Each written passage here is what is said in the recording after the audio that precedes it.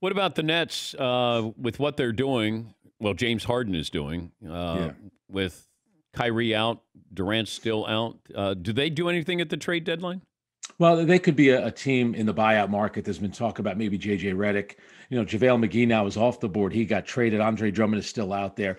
The one thing about Brooklyn, if you look at James Harden, what he has done. So last night, they held him out of the game. And Steve Nash, after the win against Washington the other night, and Harden took a knock to the head, he looked like he was out of it.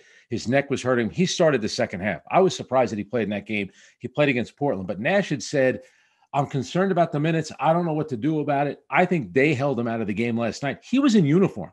To me, that's a player's way of saying they're holding me out. He didn't feel like he needed to get dressed up and wear some crazy outfit that he's putting on a fashion show on the bench. To me, he wanted to be out there. He's carried the team. Kevin Durant is their best player. The face of the team right now is James Harden. You know that he's played 30 games? Kevin Durant in his Nets career has played 19.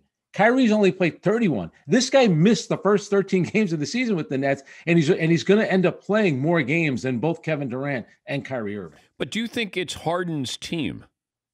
I do from this standpoint. He's been the one carrying them. Now, when they get Kevin Durant, and this is the thing about the trade deadline today, everyone's going to be trying to make moves. We're assuming the Nets are going to get Kevin Durant back. They're saying it's only a hamstring injury, and I think now they're just being extra cautious.